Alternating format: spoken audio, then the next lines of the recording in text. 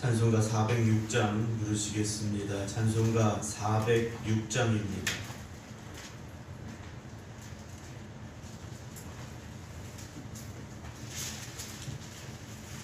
찬송가 406장입니다.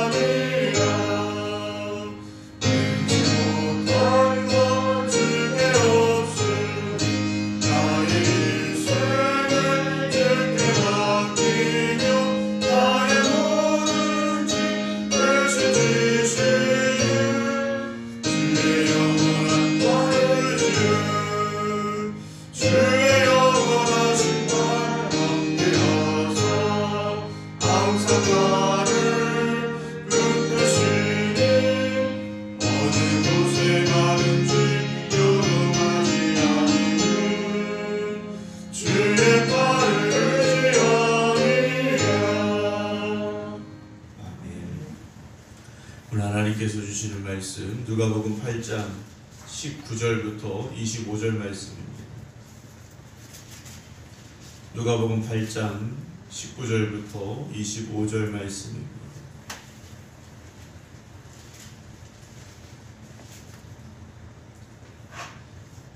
19절부터 25절까지 봉독해 드립니다. 예수의 어머니와 그 동생들이 왔으나 무리로 인하여 가까이 하지 못하니 어떤 이가 알리되 당신의 어머니와 동생들이 당신을 보려고 밖에 서 있나이다. 예수께서 대답하여 이르시되 내 어머니와 내 동생들은 곧 하나님의 말씀을 듣고 행하는 이 사람들이라 하시니라. 바로는 제자들과 함께 배에 오르사 그들에게 이르시되 호수 저편으로 건너가자 하시매 이에 떠나 행선할 때 예수께서 잠이 드셨더니 마침 광풍이 호수로 내리침에 배에 물이 가득하게 되어 위태한지라. 제자들이 나와 깨어 이르되 주여 주여 우리가 죽겠나이다 한데 예수께서 잠을 깨사 바람과 물결을 꾸짖으시니 이에 그쳐 잔잔하여지더라. 제자들에게 이르시되 너희 믿음이 어디 있느냐 하시니 그들이 두려워하고 놀랍게 여겨 서로 말하되 그가 누구이기에 바람과 물을 명함에 순종하는가 하더라. 아멘. 우리가 늘 그런 생각을 하죠. 내가 신앙이 더 성숙해야 돼, 내 신앙이 더 성장해야 돼 라는 그런 생각을 합니다.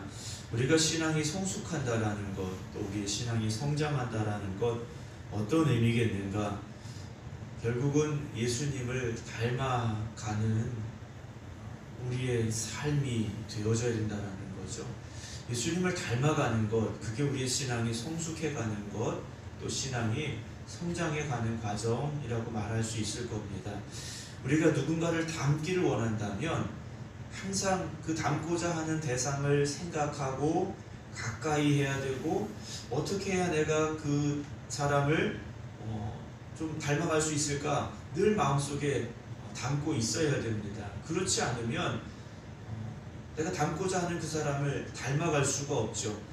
부부가 살면서 닮는다라는 이야기를 합니다. 왜 닮을까요?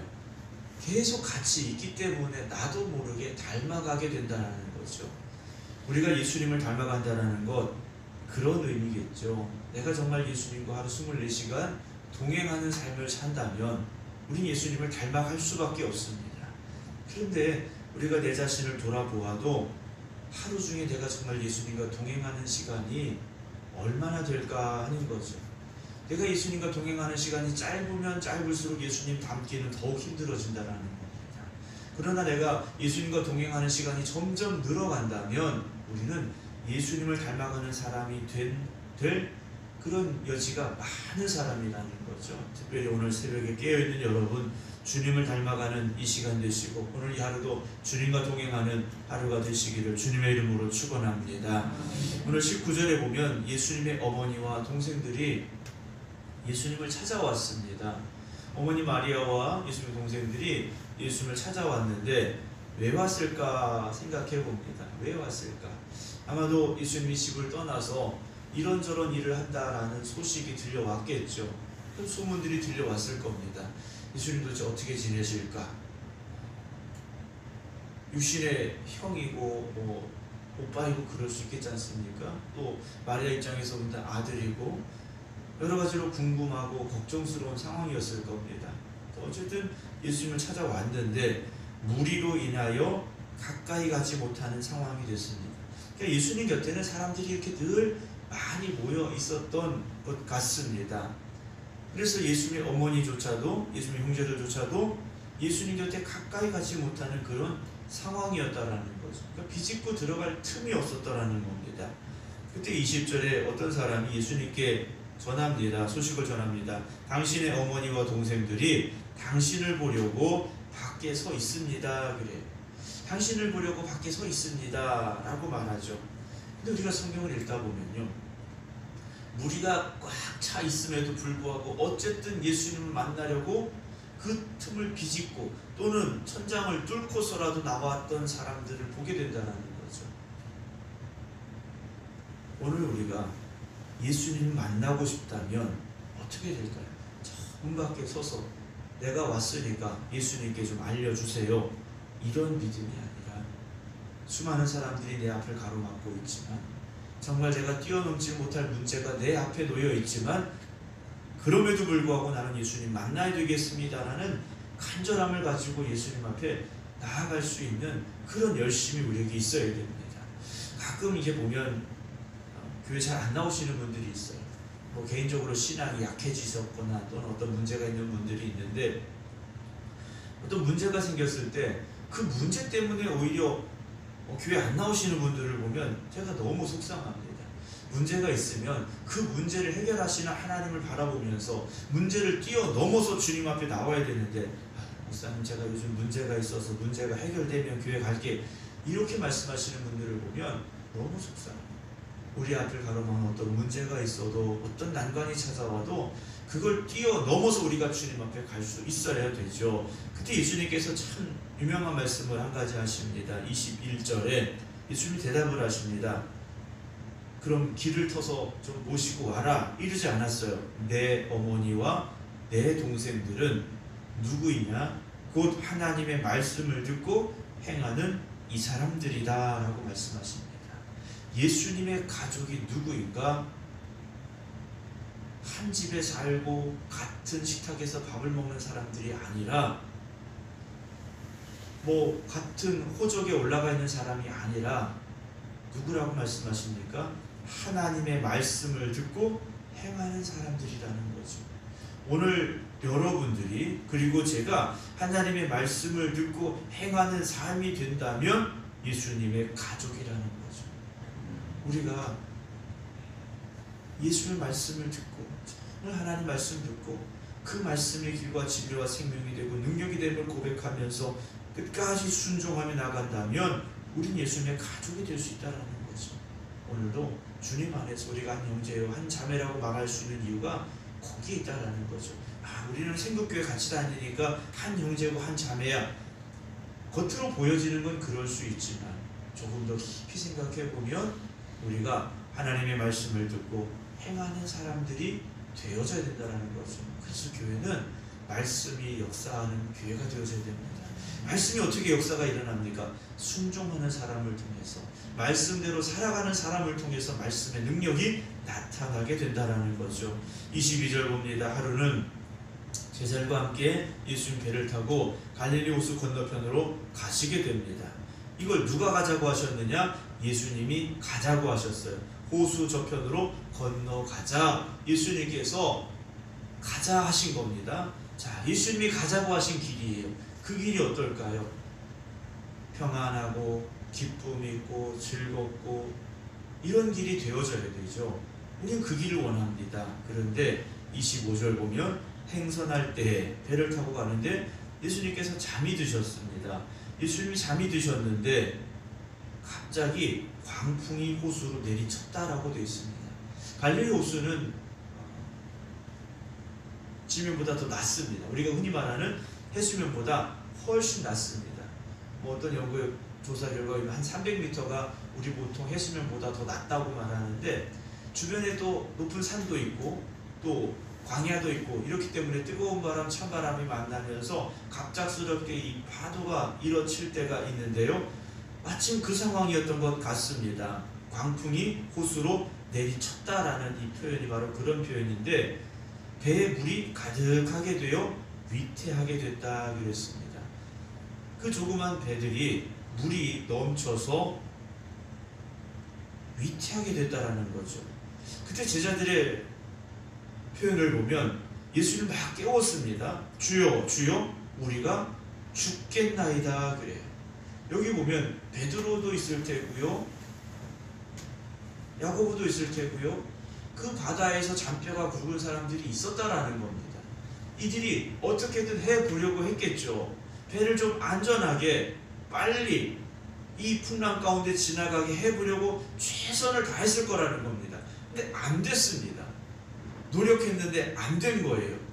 자기들이 할 수 있는 그 한계를 지금 넘어섰다라는 거죠. 그래서 야, 이러다가는 진짜 죽는구나 라는 한계 상황까지 다다른 겁니다. 그래서 예수님을 깨웠어요. 잘했죠. 자신들의 힘으로 할 수 없으니까 예수님을 깨운 겁니다. 근데 예수님께서요, 잠이 깨셔서 바람과 물결을 꾸짖으셨습니다. 즉시 잔잔해졌어요.